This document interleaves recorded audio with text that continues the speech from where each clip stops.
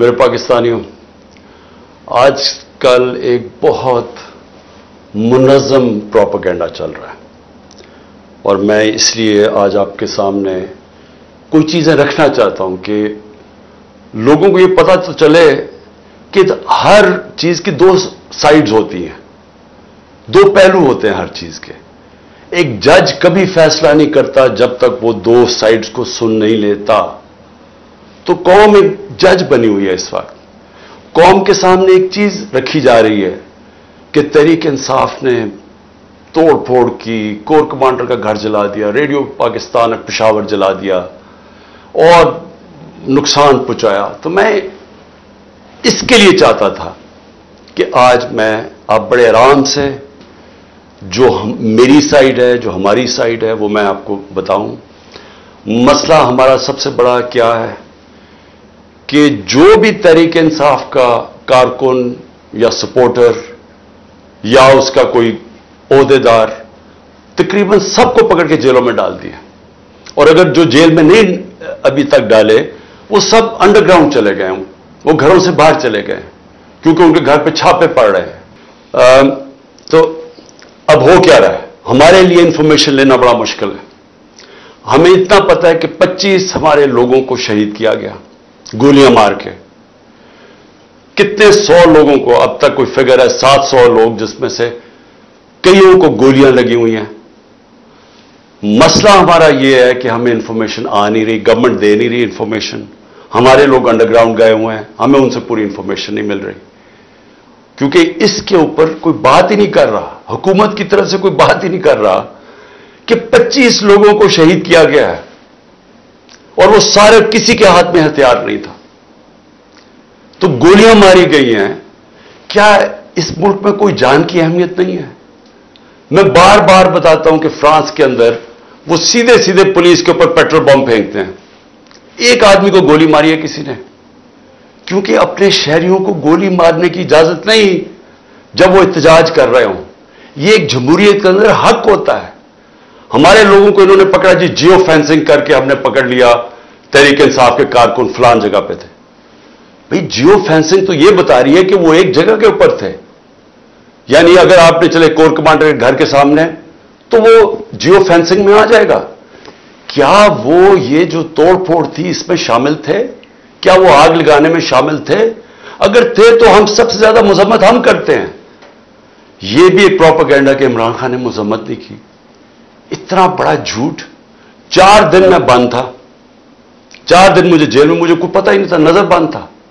जब मैं जेल से निकला और सुप्रीम कोर्ट पहुंचा तो चीफ जस्टिस के सामने मैंने कहा कि मैं हर किस्म की वायलेंस के खिलाफ हूं, मैं इसकी मजम्मत करता हूं। मैंने उनको बताया कि 27 साल मेरी पॉलिटिक्स है, मुझे गोलियां लगी, कभी हुआ कि मैंने अब अपने लोगों का तोड़ फोड़ करो कि जाके किसी को, मैंने नाम लिया उस ऑफिसर का, इंटेलिजेंस ऑफिसर का, जो 3 में से एक सस्पेक्ट था जो जब मुझे गोलियां लगी। किसी ने कुछ किया? कोई सरकारी बिल्डिंग जलाई, कुछ किया? तो मैं 4 दिन बंद हूं, बाहर निकलता हूं तो मुझे पता चलता है जी ये हो गया। तो मेरे से जब चीफ जस्टिस साहब ने पूछा, मैंने वाज़ेह तौर पे कहा कि मैं इसकी सख्त मजम्मत भी करता हूं और मैं कभी अपने लोगों को इजाजत नहीं दी आज तक कि पुरअमन एहतजाज के अलावा कुछ करें। अब मैं ये चाहता हूं, ये थोड़ी सी 5 मिनट आपको देखना पड़ेगा कि ये जो हमने चीजें जमा की हैं, ये जरा आप देखें कि ये नहीं कि इस वक्त एक मुनज़्ज़म प्रोपेगेंडा चल रहा है। ये एक मुनज़्ज़म साजिश थी और ये साजिश प्लान करके तहरीक इंसाफ को खत्म करने की साजिश थी। सबको डर लग गया था, पीडीएम की सारी पार्टीज को पता था कि ये जो भी हो जाए ये अब तहरीक इंसाफ को इलेक्शन में नहीं हरा सकते।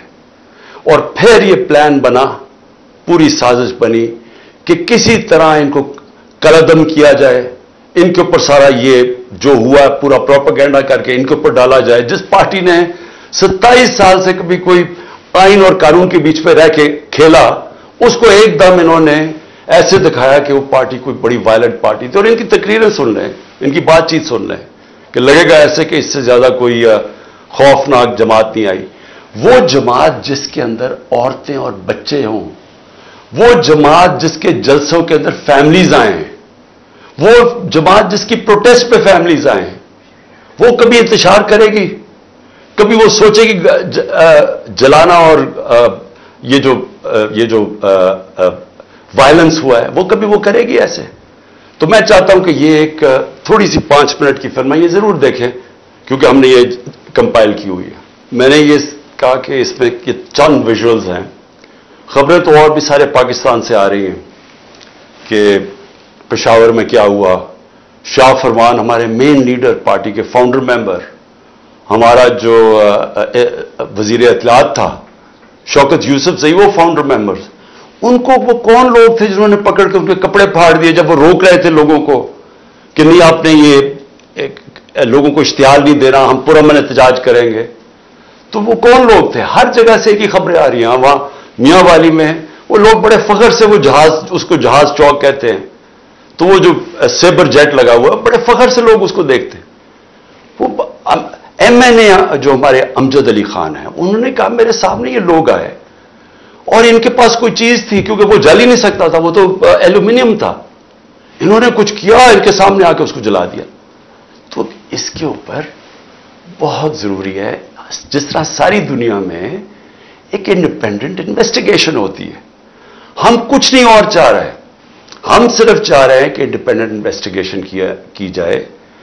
और मैं आज जितनी मुझे इंफॉर्मेशन है, और मेरी 27 साल की पॉलिटिक्स है, यानी मैं इसको कहता हूं 27 साल की इंसाफ की तहरीक की जदोजहद है, जहाद है। मैं ये चाहता हूं कि एक जब भी ये इन्वेस्टिगेशन होगी, मैं अभी आपके सामने पेशेंट गोई करता हूं कि निकलेगा क्या। मुझे पुलिस से भी पकड़वा सकते थे, मैं high court, Islamabad high court की बिल्डिंग से बाहर निकलता, वहां पुलिस ही पुलिस थी, वो पुलिस मुझे पकड़ लेती। हमारे पास तो कोई लोग नहीं थे, बाहर भी पकड़ सकते थे। क्या जरूरत पड़ी थी कि मैं वहां बैठा हूं, तोड़ फोड़ करके, जिस तरह अटैक किया रेंजर्स ने, जिस तरह लोगों को मारा, वकीलों को मारा, वो बेचारा वह अमला था, उसके अंदर जो बायोमेट्रिक वेरिफिकेशन का अमला बैठा हुआ था, उनकी मशीनें थी, उनको मारा, मशीनें तोड़ दी। हम कौन थे? वहां कुछ दहशतगर्द बैठे हुए थे, मुझे मारा और फिर जिस तरह पकड़ के लेके गए। सारी दुनिया में जब उसके इमेजेस आने थे तो क्या उसका रिएक्शन नहीं आना था? लेकिन रिएक्शन शाह महमूद कुरैशी कह रहा है कि पुरअमन एहतजाज। असद उमर जो हमारे सेक्रेटरी जनरल है वो कह रहे हैं पुरअमन, यास्मीन राशिद कह रही हैं, और वह उधर शाह फरमान, सारी जगह से लीडरशिप कह रही है पुरअमन एहतजाज। मुझे जेल में डाल देते हैं, मुझे पता नहीं चलता क्या होता है। तो क्या ये जिन लोगों ने ये प्लान करके, रेडियो पाकिस्तान की बिल्डिंग कैसे जल गई? एहतजाज तो कहीं और हो रहा था, उधर कौन पहुंच के किसने बिल्डिंग जला दी? CCTV कैमराज हैं इधर। वो जो आदमी इश्तियाल दिलवा रहा है लोगों को कोर कमांडर के घर के बाहर, और जैसे लोग अंदर जाते हैं खुद भाग जाता है। इनके तो आप नाजरा के डेटाबेस में आप उसको पता चल सकता है वो कौन आदमी था। तो क्या कोई किसी किस्म की कोई इन्वेस्टिगेशन के बगैर एक वन साइडेड कंट्रोल्ड मीडिया के ऊपर प्रोपेगेंडा चल रहा है? मुझे पकड़ा, इंटरनेट सर्विसेज बंद की, सारे मीडिया के ऊपर कंट्रोल कर लिया, और कंट्रोल मीडिया के ऊपर पहले से वन साइडेड प्रोपेगेंडा चलना शुरू हो गया कि PTI ने कितना जुल्म किया। मौका ही नहीं दिया हमें अपना मौका पेश करने के लिए, सबको पकड़ के जेलों में डाल दिया। मैं अकेला जो सुप्रीम कोर्ट के बाद जब मुझे रिहा होता हूं, पहले मुझे 3 घंटे इस्लामाबाद हाई कोर्ट के अंदर बंद कर देते हैं कि जी रास्ता ही नहीं साफ। वो अगर वो रात के 11 बजे मैं वहां से निकलता हूं, हालांकि फैसला 6 बजे आ गया था, मैं बैठा हुआ वहां। उसके बाद हमारे लोगों को, हर किसी को पकड़ लेते हैं। मैं ये सवाल पूछता हूं कि किस दुनिया में ऐसे होता है कि सारी सीनियर लीडरशिप को पकड़ लिया? वो भी जो लोग कह रहे थे कि पुरअमन एहतजाज होना चाहिए, उनको भी पकड़ लिया।